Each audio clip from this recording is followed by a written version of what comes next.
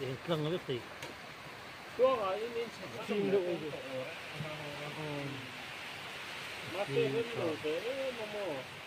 em chặt khúc mì anh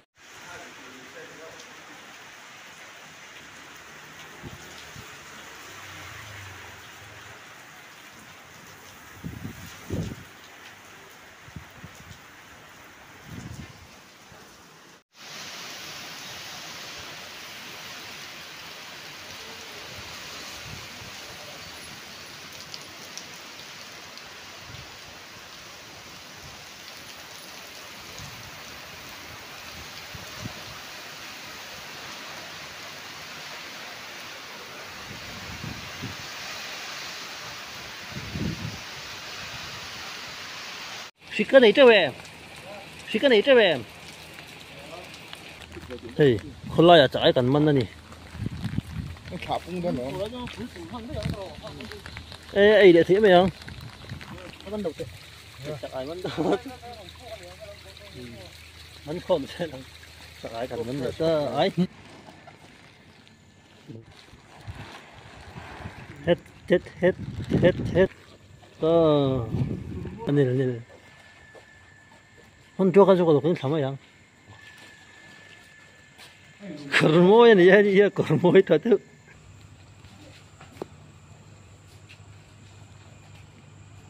아니 사도네. hindi yaron 사도네.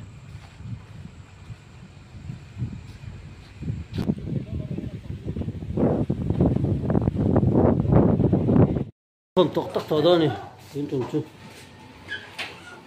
最后这个人看图在这里啊，写，嗯，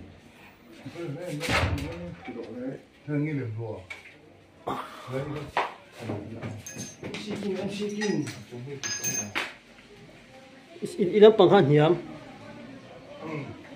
这边还得。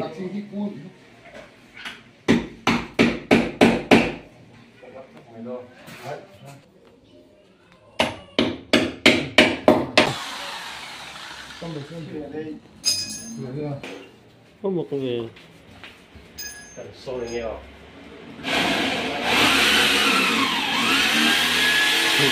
à tập tốt đây thôi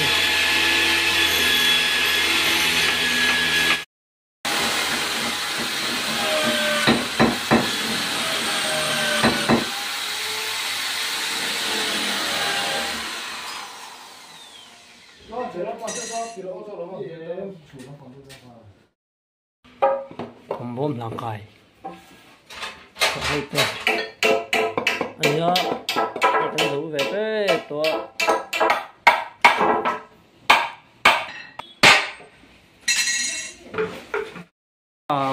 với chú khí tiết của anh mấy nè với chú khí tiết của anh à papa thara này à papa thara này à nó được thơ papa thara này à ai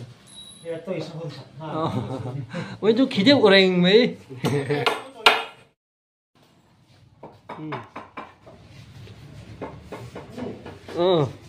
이 homem irmão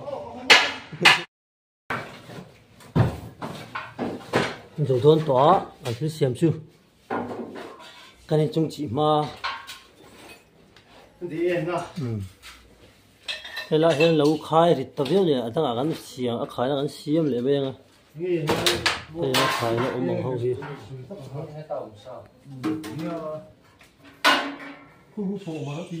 trên close tọt đón lâu này chứ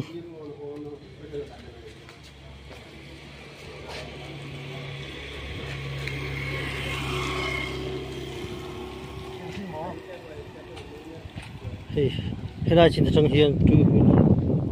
hay bị trên hậu số mình số nô ba cái gì cái thân đấy à sẽ làm bằng hiện nay nô tu thì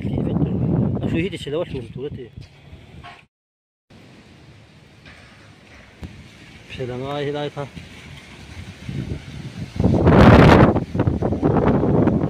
xíu mới à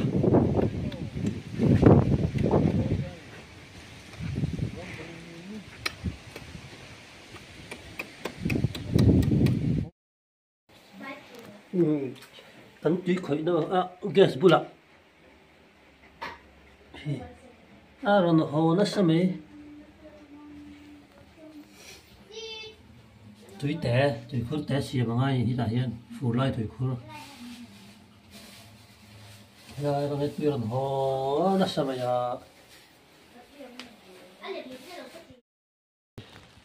scooty bula hết scooty này lâu hiện lâu vừa lâu thì khi lại giặc thì nè lâu vừa chơi bên này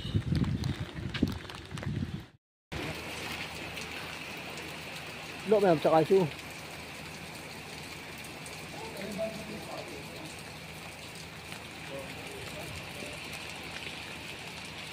xí cái này chơi về thì không lại chạy cần mân này ê để thế mày không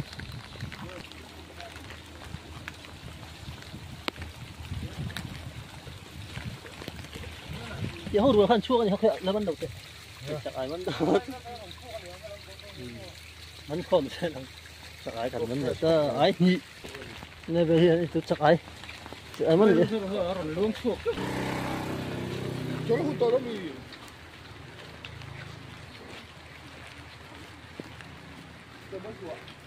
hay là chúa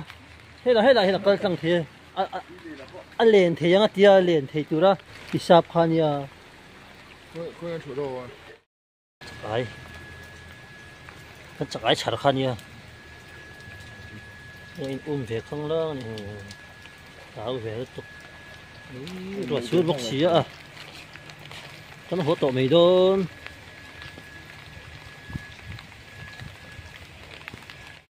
thế tụi lúc bằng phu lại đó thì bên chứ thì không phải sao thì em hay là vui rồi hay là driver hay xem biết à driver tụi qua nhà khi nào thì em lúc lại tán sầu lệ trung không à driver sâu thiệt em 그런 거 없대 불사 이거 좋아가 이미 참 거의 뭐 이렇게 아야 아야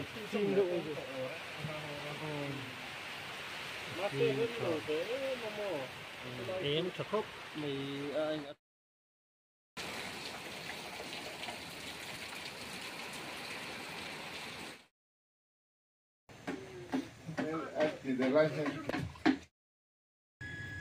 cái con này thì đang duy chim mấy ạ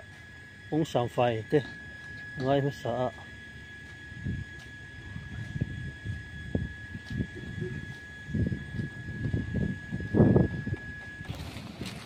cái này bây giờ mình cần chết nó lại thủ cho người ta lạc là ống khộp mấy đôi này em quay về nó hết đây đúng không cái này để xịt bụi đốm tôm mà phim của nó ngay thì xịt bụi ra thân rồi đó sao mà tứ tê à đây vào sáp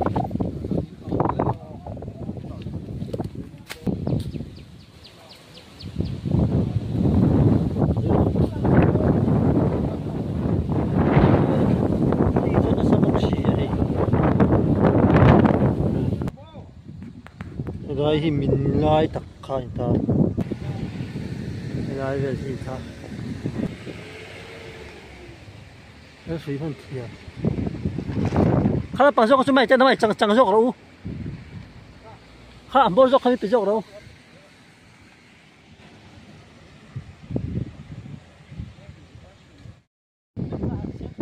đó mấy cái comment được mày đón đi à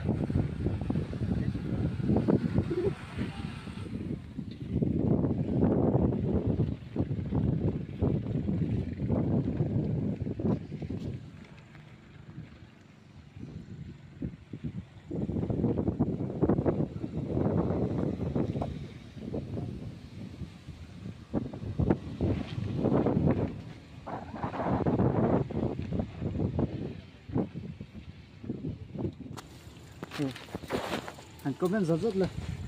cái này chứ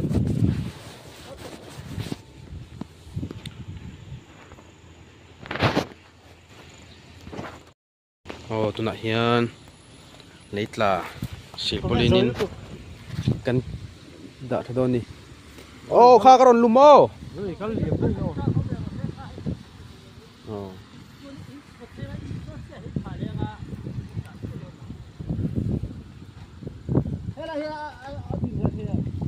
đây là về là hiền tiếng nào đúng không em thắp bật thứ hai bật sầu chết tôi đâu ôi về thấu bốc xì ạ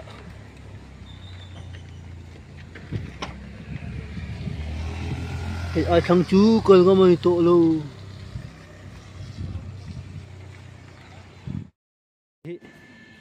cái chim đầu mấy thế ạ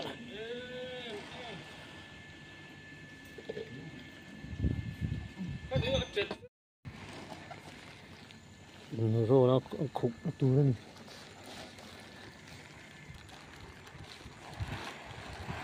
hết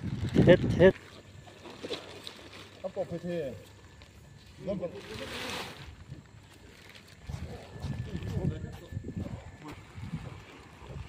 rồi ta anh này hôm trước 가지고 그냥 담아야 rồi khai cái đã lại rồi ta cái cái mà làm nó sẽ làm kormoy này ya kormoy ta tu